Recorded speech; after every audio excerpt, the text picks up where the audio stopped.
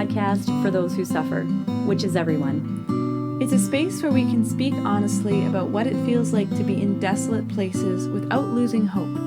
Welcome to In the Thicket.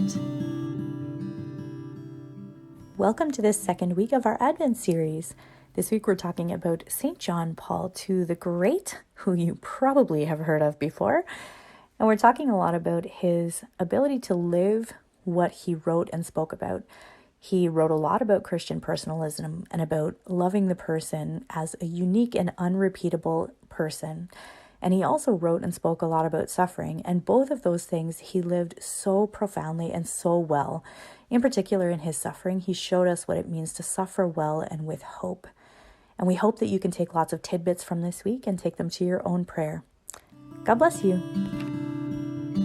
Hello, everybody. Welcome to In the Thicket, which is not a game show, but which I just made it sound like one. You have a good game show voice, though. Thank you. Thank you so much.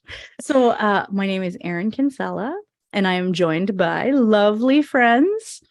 I'm Rachel D'Souza. There's a long pause between my first and last name because I first wasn't planning to say my last name, and then I was like, I should, and then I said it, and it was awkward. There you go. I feel like it was really, that came across in how you said it, but it was good still. That's good. It was good. Yeah. I am Nicole Richard Williams. I now have two last names, which is fun. Hey. Mm-hmm. So, yeah. It's pretty cool. Yeah, exactly. So we are very happy to be with you again this week, dear listeners, for the second in our Advent series, which is super exciting. And we had a lot of people actually on Instagram kind of engaged with when we sent out the promo thing of like, hey, this is what we're going to do with Advent. There were a lot of people who liked the post and shared it and saved it. So if you are a new listener to In the Thicket, we just wanted to say a special welcome to you. Yeah. Hi. Hey. And if you are an experienced listener of In the Thicket, or whoever you are, also, we haven't said this in a while, but we would love if you could give us a review, especially on Apple Podcasts. Oh yeah. Because it helps people to see us and people to be able to find our podcast and all of that. So we would very much appreciate that. Yeah, sweet. And all of you people who've been listening for only a moderate amount of time, well, I guess you don't get a shout out today. So that sucks. But you can still, engage with us on. That's right.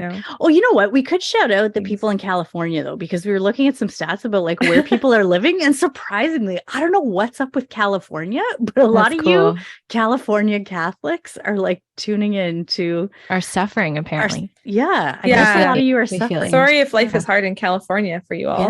Yeah. I mean, controversial. Sorry, that sounded really like not sympathetic at all. Yeah, sorry if life sucks for you. Sorry if all the sunshine and beaches are too much for you. Oh my gosh. All the really good wine. Have you guys been to California? I have not. I haven't. I have a cousin who lives out there and I have friends from there, but I've never been there. No. Mm-hmm. So that's why we're just prejudiced. We're just jealous. We don't actually, we've never been there. We don't actually know. Yeah, that's right. Yeah.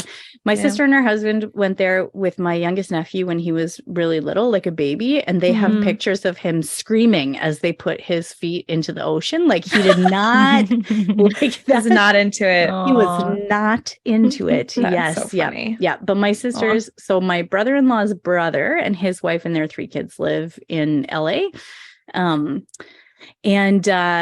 they live in an area that has been hit hard by wildfires. So maybe there are a lot of people. If you were listening, I totally forgot that was a thing. I'm like, that's wildfires true. and droughts and like power stuff. And it is a thing. I don't think we've ever had an episode talking about just like natural disasters of just these kinds of things. That's a good idea, actually, because it would be really interesting to hear.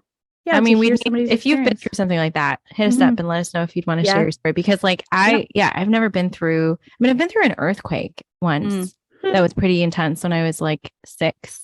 Wow. But like, nothing, no property damage. It was just like, but it was like the whole room. It was when I was like, I guess it was 5 because we were in India and like the whole room was like teetering. Like it was kind of crazy. And like my brother's crib fell over. It was kind of insane. Wow. Well, that's like a big, It was like an earthquake. Yeah. It was really, Wow. And I have like a intense. vague memory of it, but we were all fine. I was like, I also have been through an earthquake too, living here in Ottawa.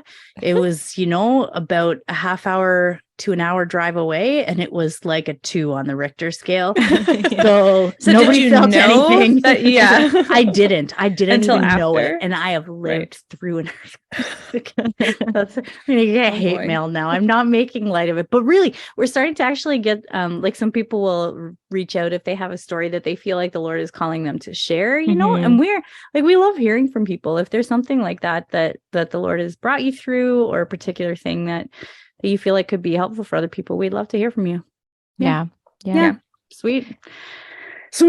Okay, well, listen, let us move on to today's episode, which is on St. John Paul the Great. So if this is your first episode tuning in, or you didn't get to listen last week, this is our Advent series this year. We just wanted to have some shorter episodes where we're taking a little bit of time with people who are exemplars of holiness, to kind of take some time, listen to their example, but also to chat about how their example has been, resonated with us or important in our lives, or some quotes from them, or just things that we can kind of take to prayer and sit with in this time of the season where we should theoretically have some more prayer and silence, although often that doesn't exactly work out as planned. But anyways, so last week we talked about Mother Teresa, which is really beautiful. Definitely one of my favorite saints. And then this week we are talking about St. John Paul the Great, and he is 100p. He's like vying for the top space in my portion of my heart that stores all of my love for the saints. Yeah. Your saint love cupboard. Yeah, my saint love cupboard. Yes. That was weird. It is really weird. I'm sorry that I inflicted that on the world, but there it is. I can't take it back now. Sorry, I just had this mental image of just this cupboard, and then you open it and there are all these saints in there, like cowering in fear. Like, oh my gosh, that is not what I know. That's terrifying. That makes it like 10,000 times worse. I know. I think it was because I watched a movie about a little kid recently who was hiding in the cupboard from something. So that's where that came from. Yeah. Anyways, it's all very bad. We're moving from here. Moving on. Yes. So good saints. So St. John Paul, one of my favorites. So a little bit of background for people. I'm sure probably everybody who's listening has heard of St. John Paul II. But just in general, I love how George Weigel writes about St. John Paul II. And he was the Pope's biographer, quote unquote, because he actually was a close friend of John Paul II. So he spent a lot of time with him. He wrote a biography on John Paul II. So that would be good to get your hands on. And he's written a number of books anyways on him, but he speaks about him so beautifully. And the thing that I think I love about him most is two things. So one is how personally he loved. And then the second is how well he lived suffering. So I'm going to give like a little preview of both of those things. And then I would definitely love to, we're going to share or have a little bit to share about how those two things kind of hit us. So the first, talking about personalism, there's this story that I heard one time about how he went to the United States, I think, and he met with this guy named Michael. And Michael was like super pumped to meet the Pope, right? Like he's going to meet the Pope, he's super excited. So he gets to meet the Holy Father, and the Holy Father says, "What's your name?" He said, "It's Michael." And then Michael asked the Holy Father for prayers for his dad, because his dad was really sick. And so 2 years later, the same guy gets to meet the Pope again, which is, I mean, who gets to meet the Pope twice? Like, that's pretty cool, So, but anyway, so he's like going up to him, and he's obviously thinking, okay, I'll introduce myself and, whatever. Yeah. But the Pope goes up to him and he's like, "Hi, Michael, how's your father?" That's nuts. Like, just nuts. Yeah. Insanity, which I actually am like, that was hard to believe. But then I think it was George Weigel who shared a story one time about how there's a family that John Paul II was close to when he was growing up, and they used to come to Castel Gandolfo, the summer residence. And one of the teenagers would sit there and read a book to the Pope in one language. And then John Paul II would be also reading a book in a different language, and he would have perfect recall of both. What the heck? I know. How? So he's just kind of right? brilliant. just not even brilliant. Like, what is that? That is like, that's not human. Like, how do you? That's not I supposed to know. be possible. I know. Or something. Right? Or is it? I know. Oh, that's like, wild. Nicole, explain to us. This is like brain stuff. How does your brain do that? How is that possible? I'm just thinking about, okay, so I don't know. There's two things, right? One is about attention. Our brains can only focus on one source of information at once. And what we think is multitasking is actually switching back and forth our attention really, really quickly between different things, which tires out our brain, which we were talking about that earlier, actually, in a conversation, but we can do little cognitive exercises with that. But then there's other research on like languages and how if you speak multiple languages, it also like changes your brain. But like that shouldn't, at least I don't know the research. This is going now beyond what I know about, but but attention is the foundation for all of cognition. And so even if you speak multiple languages, I don't know how that would, how does that, unless he's able to listen subconsciously and not like, and taking things in kind of, I don't know. That's just wild.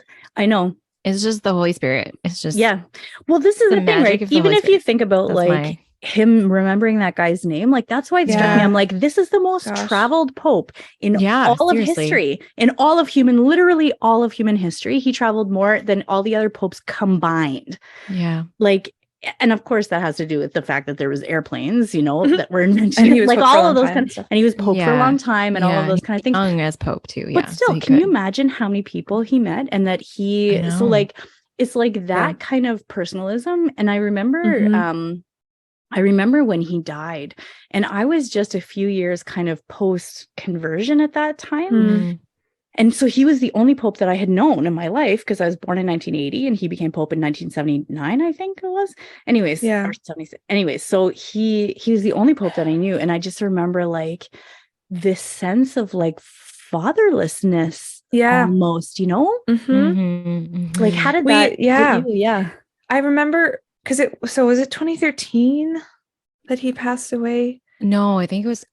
Oh no, it was earlier, because that was Pope Francis. Yeah, it was earlier than that. Yeah, it was earlier than that. I think it was like it would have been like 2006, 2005, 2006. Yeah, something like that. Yeah, his World Youth Day was even more 2002. That was his last World Youth Day. Yeah, so it was early 2000. We could easily find this on the internet. We could. That's true. Yes, we can. But anyways, Erin's looking it up. Okay, 2005. There we go. Yes. So so I was 15, and I remember that he, so he died, and I felt kind of shaken, but I didn't know. I was like, I don't know him. Why do I feel like the rug's been pulled out from under me a little bit? And it was we have this neighbor. My parents have a neighbor 2 doors down who's they're really close to. It's this Pentecostal couple, and they're just like lovely, wonderful humans. And she sent us flowers when the Pope died. Wow. And because she said, I know that he's a father for you, and you've lost your father. Wow. And for me, when she, gave us these flowers, and I don't know if it was a card or she said these words, it like spoke to, I was like, that's why I feel like this, is because I actually viewed him as like sort of this father, Yeah. And so that was really meaningful.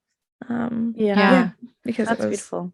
Yeah. How about you, Rach? I was like grade 11, I think, in high school. And I remember I was I don't know if it was like summer or we were on like vacation. It was the weekend or something like that. So I was at a friend's house when, like they were kind of keeping vigil, right? Like outside the Vatican, like before, and he died on the eve of Divine Mercy Sunday. Exactly. So weekend. Yeah. So I was at a friend's house, and none of my friends at this, were really practicing their faith or anything like that. But I think her mom had the TV on just because it was like an historic event, basically. Yeah. So like TV was on, and I was watching, and I was at my friends, and I was just like, feeling a little teary and stuff like that when the announcement came.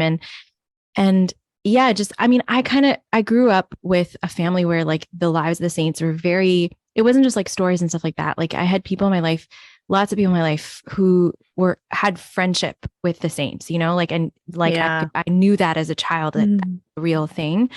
And so like, to me, I felt very connected with him in a very natural way. I was like, this is very real, and it makes sense. And when he died, I just felt like this incredible like surge of like gratitude, I was like, like this incredible gift that was given to us. And like, just this like deep joy and gratitude and sorrow, but like a lot of gratitude, just like, thank you. And, I was like thinking in my heart, and I was thanking him because like now he's in heaven. Like, I don't know, he can hear me now, no, like that's the thing, obviously, like, you wait for the church to pronounce like the sainthood of somebody, but in my heart, I was like, I was already like, thanks, man. Like, like it's just already a very real, like, conversation for me with him. So yeah.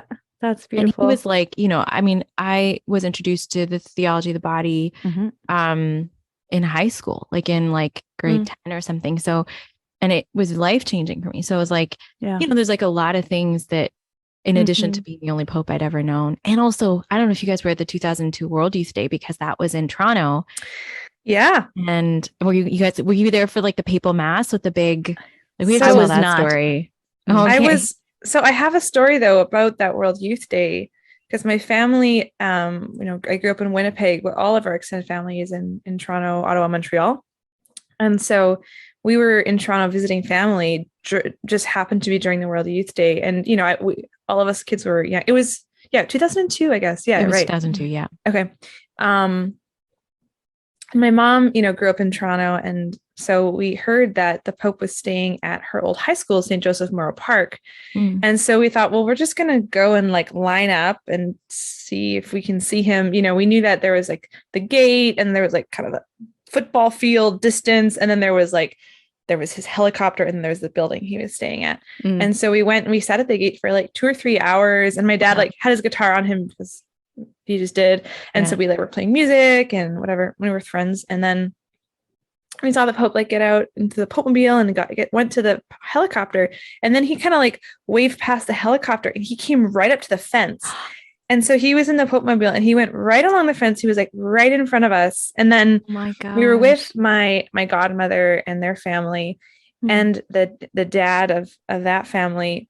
He picked up their 2-year-old at the time, and he passed him through the fence to the security guard. He was like, give him to the Pope for a blessing. And he did. And and we kind of didn't, so we have a picture from like our film camera of the Pope as he like passed by in our family photo album, That is so cool. That's so beautiful. I love beautiful. That. And we also we didn't know if the little Noah is his name, had been, well, he's not little anymore, but we didn't know if he'd been like touched, like what happened did he see the Pope, or did they just show did he get blessed? Because he was 2. And then later that evening we were watching the World Youth Day stuff on TV, and little Noah was playing with toys, and all of a sudden he looked at and he saw the Pope, and he goes, that man kissed me.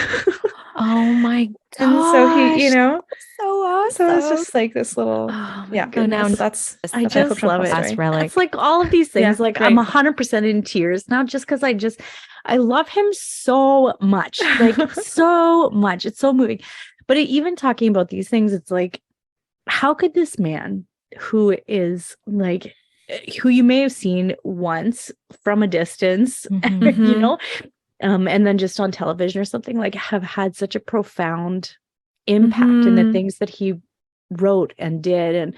And I feel like it's because there was such an authenticity and an integrity with what he wrote and spoke and how he lived and what he did, Yeah. So like, if you're talking about like Christian personalism says, that the person is only to be loved.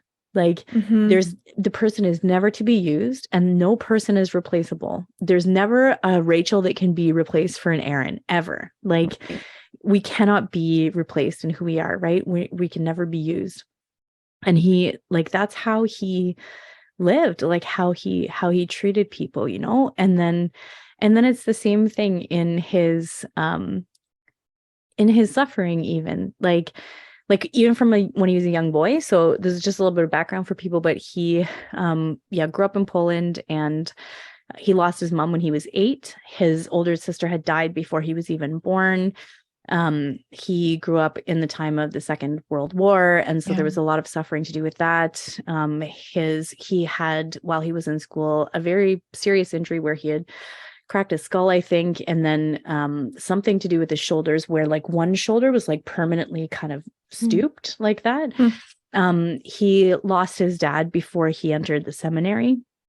he entered the seminary and he had to do training and things all underground because it was not, he would have been sent to a concentration camp if he would have been really found out, and so he had to do all of those things. And then he saw the occupation of his own country and, was instrumental in kind of the restoration of democracy in Poland. He was shot when he was Pope. And recovered from that. And then even towards the end of his life, he developed Parkinson's. And so he, like, towards the end of his life, you can remember pictures of him, and his whole face is sagging. He was drooling out of the corner of his mouth. At his last audience, he couldn't even speak to people, but he gave his remarks to his aide to give to people, but he still waved to people.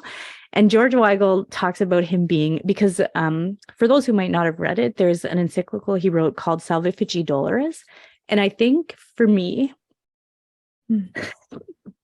this is one of the reasons why I love him most, is because it's such a beautiful, hopeful document that's so full of love and puts meaning to this thing of suffering that without that kind of hope and love and purpose and possibility is just an opportunity for despair for a lot of people, right? But even more than that, it's not like he wrote that and was like, good luck, guys, like living your life of suffering. He, like George Weigel said, that he wrote that, and then in his own body, he wrote with his own body his last encyclical, which was of suffering, and what it means to suffer well. So for me, it's just been like he not only wrote it, but he showed us exactly what it looks like, Yeah. I think go ahead, Rachel. No, you go. Okay. I think, what struck me most was, that his line that he loves is "be not afraid." Right? Yeah. And I remember hearing that and being like, okay, be not afraid. And then learning about his life and learning about all the suffering. And then thinking, well, what does he mean, be not afraid? Like, there's lots of things to be afraid of, and he should know. He should know better than anyone else. He lost his parents, and there was war, and his life was threatened, and then he was sick, and all these things. And then realizing, oh, there must be more. It's not about, if he is saying, be not afraid, then I can believe that, because he has faced everything that most people would be afraid of, losing everyone you love, and war, and your own life being threatened, and violence against you, like and illness. Being hated, and illness, and all of the things. Yeah. He's faced all of that, and he's not afraid. And so I can learn something. And it still challenges me, because I am very easily afraid, but you see him and there's something more, I'm so glad you shared that, because that for me too is like, it's different from Isaiah. Like it's all over scripture, but specifically from Isaiah, that's a very formative verse in my life. Like God's used it very many times in really powerful ways. But my image for that is like, there's this beautiful image of him, of John Paul II, quite far into the Parkinson's, like when he was pretty developed. It was pretty serious. And you guys might have seen it, like it's on like calendars and stuff sometimes, but he's like, is holding the crucifix, right? Which is the specific, that papal crucifix with where Christ looks really gaunt, and like really like the figure of Christ on the crucifix isn't like a full robust figure. It's like one of those, like kind of like he looks really, there's a lot of suffering depicted in that sculpture of the crucifix. So he's holding like the papal staff with the crucifix, and he's like kind of leaning on it, like almost completely, like fully hunched over, and he's leaning on it. He's so old. And I think it's a picture, like, I don't know if this is Photoshop, but like his like robe is like flying in the wind and stuff like that. It's kind of like grounded with this papal staff, which I hope is the right word for it, because I don't know. But the papal crozier, I think, right? Crozier, the crozier. So he's holding on. And in the picture, and I don't know, I mean, who knows these days with Photoshop, but like, it doesn't matter, because I know that this was his disposition, right? Like his eyes are so tough, like, and not tough in a defensive, like angry, but like just so firm and strong and planted. And like, there is no fear in his eyes, but it's not as pair of eyes that like, it has no fear because of ignorance or because of like naivety. Right. It's like, he has seen the Lord and he is not afraid. Like throw whatever at him. He's just not afraid. And I feel like that, and so, because when I think of him, I think of like the power of God, really active in the world, and this is the story from 2002 at the Papal Mass. It was like, I don't know if people were there, then you would remember this. So this is just, old news, but if you weren't there, basically it was a really crappy day and it was raining, like it was pouring rain. And I think it was like the racetrack or something like that. It was like packed. We were all like sardines packed in there, and it was cold. Actually, it wasn't even like, it was kind of chilly rain, and we were all wearing these ponchos and just miserable. We were just miserable, And I think I was like 14 or something. And I was like with my family, and I was excited to be there in some ways. But by this point, by the time the Mass started, like we'd just been waiting for hours in the rain. And the Pope Mobile the helicopter lands, whatever, and the Pope Mobile starts, and he like starts going through the crowd, and it's like the rain's starting to kind of like let up a bit, which is kind of great. Then they make it onto the altar, like because he's old. This is 3 years before he died, and he literally lifts up his arms for Mass, and the rain instantaneously stops. And the sun literally shone out. And it was kind of like one of those things where it's like, obviously, like coincidence, whatever. Yeah. But the timing was just insane. Like everybody was like, oh my gosh. Like there was kind of this feeling of like, God just changed the weather. Like when he came, like he just changed the weather. And there was a sense of like the power of God, just very palpable and present in him. Yeah. That was crazy because he was this old, sick man, Totally, yeah.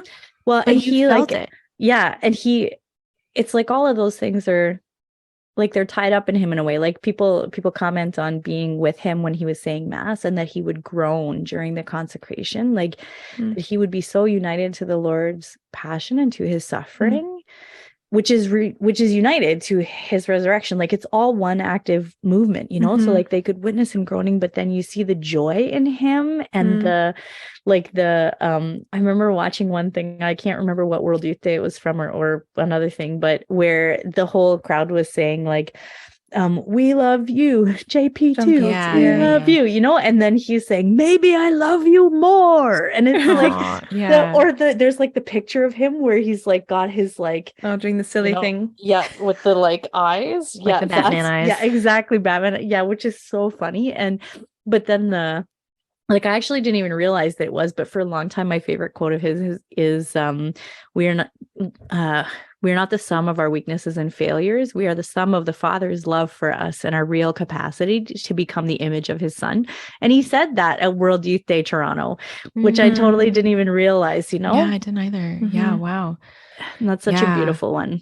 Like, yeah, it like really it's hope, like his whole life was just, I feel like for me anyways, the inspiration that he is for me is that it just wraps up in such a beautiful way so many of these things that we talk about that are part of the Christian life, totally. Like joy and peace and love, and you can see them all lived in this person in like a harmonious way that doesn't seem possible, that's only possible with grace and holiness. Yeah. Yeah.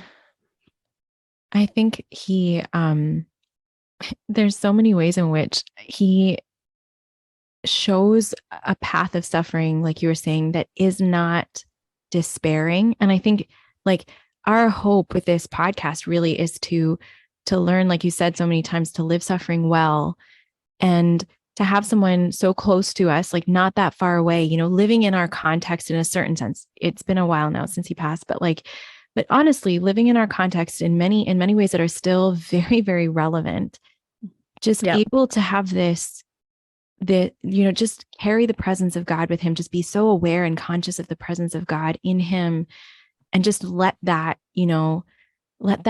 be his who he is. Like, let that be just in every part, like pour out of him, And I think it also simplifies things. Like, yes, he was totally a genius, and he was charismatic, and he had all these incredible gifts. Like, my gosh, like he was so gifted. But really, like, it's so simple. Like, like the quote that you just referred to, like, he's just giving it to us so simply. And there's something about that we can really hold on to. And, and at Advent, I think, like, he was so incarnational. It was so real. It wasn't like, it wasn't kind of pie in the sky theology stuff. It was like, he spoke in ways that, like, that made sense to everyone, and I think that incarnational reality is at Advent. Like, that's really what we're being asked to walk into. Is that I was thinking about this today because the beautiful family that I live with, they do a little Advent prayer at night with their kids, and they were singing, it's so cute, so beautiful. And they were singing, "O come, Emmanuel." And I was just running up the stairs and I was hearing that, and which is I love that hymn so much. And so I was like running up the stairs and I was thinking, right, like, it's real. Like, he came, he really came. Like, it's not just a story. It's not just a fable or a fairy tale. Like, Christ came. Like, it's real, And this year at Advent, like, and every year, but again, this year, like, I think we need to enter into the reality of it. Like, we need to ask to make it real. Help us to see the reality of it. That is always real. Yeah, totally. And that's why, and I feel like John Paul II, like, just knew that. Like, he just knew it all the time, the reality of God. Yeah. And it's totally game changing, like, in every single aspect, right? Like, if this is real, nothing is the same. Yeah, no, that's right. That reminds me, like, I think one of the other favorite quotes I have of him is when a reporter, somebody asked him about what he likes to do in his free time. And his answer was, "All my time is free." Yeah. Oh, it's so profound. I'm like, can you imagine, like, life lived, like, all my time is free. Just from the goodness of it. Oh, that's good. That is good. It is good. Yeah. Anyways, my goodness, I did not expect that I was going to get emotional talking about John Paul II, because I just love him. But I'm like, oh yeah, I love him. Yeah. Yeah. Oh, it's fun to meet him in heaven, right? Oh my gosh, I'm so excited. It was so cool to be at St. Peter's in Rome and to be able to go to his grave and like where he's buried and just pray where his body is. Like, I've already said to the Lord that I do desire to go back there again so that I can thank him for all the things that he's done in the meantime. But anyways, we'll see. We'll see, dear listeners. You can pray for that as well. Yeah, totally. Come with us. Maybe we'll have an In the Thicket Rome pilgrimage. Oh my goodness. That'd be cool. That would be cool. So cool. Yeah. I would totally do that. I know. Yeah. Sweet. Okay. Do you want to share your God wink with us this week, Rach? Oh, well. Oh, no, it's Nicole. It's Nicole. Yeah. Right. That one. Sure. So, so my God wink. So in my, I'm part of a CL, Community and Liberation small group here. And we've been talking about the life of Father Giussani, and we're reading, I don't know, Rachel, if you're in your group, you're reading the same thing, but the Pope's, Pope Francis's message to the CL community about... we might be reading it now because we just finished up something else. We just finished up something else. But anyways, yeah. Gotcha. Anyways, okay. But what it's talking a lot about is like the charism. And like John Paul, like Father Luigi Giussani was like a very like charismatic and leader who just like knew that Christ was real. And totally. But also was just like knew how to bring Christ to people and inspire this thirst for Christ in them in a way that was just like really kind of normal and human and like not weird and just like infectious and all that kind of stuff. And so as we've been talking about him and saying, okay, like we're part of this movement, like how do we follow in his footsteps? And it's been like this thing on my heart of like, man, like I don't have like a big personality. I'm a little more quiet and reserved and like, like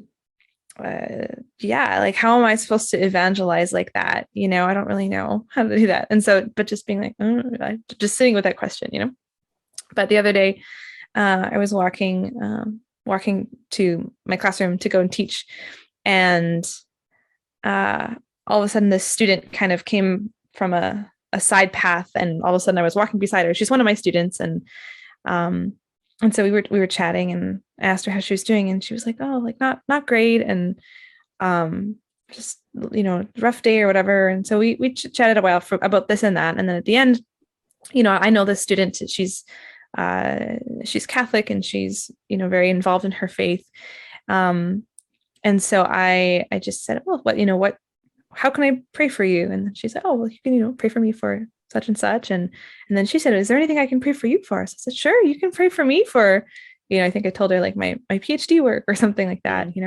So we just had this lovely little conversation, and then that finished, and then I was at my classroom, and then she continued her walk, and immediately that thought that came was like, oh, I don't have to go out and be this big, like, street corner preacher or some sort of like person who's like, Instagram, like everyone flocks to you and follows you and all this stuff.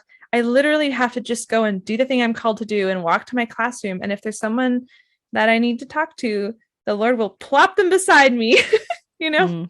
And I don't need to be anything more than who I am and follow Christ. Yeah. And it was just very like, it was just like very freeing, I think, to know that there's room for us introverts too, Yes, totally. So anyway, that's my gut goal. That's awesome. Yeah. Which is perfect for an episode on JP2, who is all about evangelization. Yeah. Yeah. That's so true. He was an extrovert, but maybe he wasn't actually. Who the heck knows? Maybe he's an introvert. Right. I think he was an extrovert, but who knows? Maybe he was an ambivert. Yeah, maybe he was. I'm like still in doubt as to whether that actually exists or not. I think some people are just in denial. But anyways. I was going to say, Nicole, we are going to read Pope Francis' address. We haven't. You guys were ahead of us. Nice. Gotcha. Well, we also didn't finish the thing we were reading before. I don't know. Just some inside CL chatter right now. Yeah. Yes. That's funny. Oh, that's good. All right. Yeah. That's good though. Thank you for this. Friends, Gisani and John Paul too. I think they were. I think they were. So. Yeah. Or they knew each other at least. Yeah. Yeah, they must have. Don't know that much about Gisani, but there you go. That's good. Yeah. Well, it'll be fun. I mean, okay, so we hope that all of you who are listening enjoyed this week's episode. Hopefully it will give you some things to pray with and to take back to sit with the Lord in. Or an idea of some things that are happening in your life that you can ask for John Paul II's intercession in. Yeah. Mm-hmm. And we're going to be next week. So we didn't call this like Advent with the Saints or something, because next week we're actually going to be talking about Corrie ten Boom, who was not even Catholic, but still her life was like such an example of beautiful holiness. And Nicole's going to share with us about her. And I'm super excited to learn more. Me too. Yeah. So we're looking forward to that. JP2, pray for us. JP2, pray for us. Yeah. And we'll talk to you. And Mother Teresa too. We didn't ask her. And Mother Teresa. Yeah. Okay. Yeah. Pray for us. And they're friends. Like they're in heaven hanging out right now. Yeah. We know 100%. That's definitely happening. Yeah. Have you seen that video? I know we're gonna sign off right now, but have you guys seen that video of like, I think it's on YouTube or it's on TikTok or something. I don't know. But like it is on YouTube, but like where they're together and they're just like always like hugging and like it's just this really cute. He gives her a little kiss on the head, I think. Like because she's so little. Yeah, like them just like being so like loving and affectionate with each other, and they're just like so cute. But little friends, totally buzzing so heaven. Cute. Yeah, sweet. All right, everybody. We will. Thanks for being with us. Thank you for joining with us. Yep, and we'll talk to y'all next week. Bye, guys. God bless you. Bye. Thank you for joining us for this episode of In the Thicket.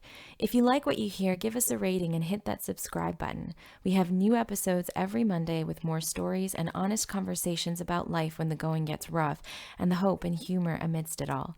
We'd love for you to join our community on Instagram and Facebook at In the Thicket Podcast. While you're there, let us know how we can pray for you. God bless and see you next week.